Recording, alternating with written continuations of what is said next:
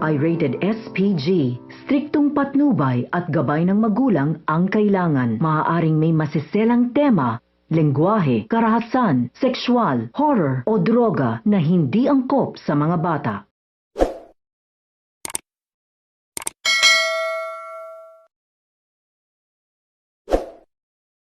Hindi naniwala si Vanessa kay Marco na inuuto lang siya ni Kiara.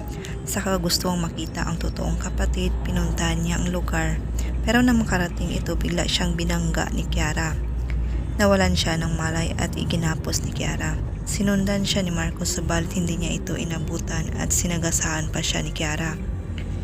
Dinala ni Kiara sa rooftop si Vanessa at doon niya ito susunugin ng buhay. Samantala, dumating ang mga pulis. Makikita nila na may umuusok sa taas kaya agad silang umakyat ng building. Makukorner naman ni Inspector si Kiara at pinapasok pero mas gugustuhin umano ni Kiara na mamatay kaysa sumuko. Tumakbo ito at mababaril siya ni Inspector. Ito na kaya ang katapusan ng kasama ni Kiara Aquino? Mailigtas naman kaya ni Marco si Vanessa sa sunog? Abangan!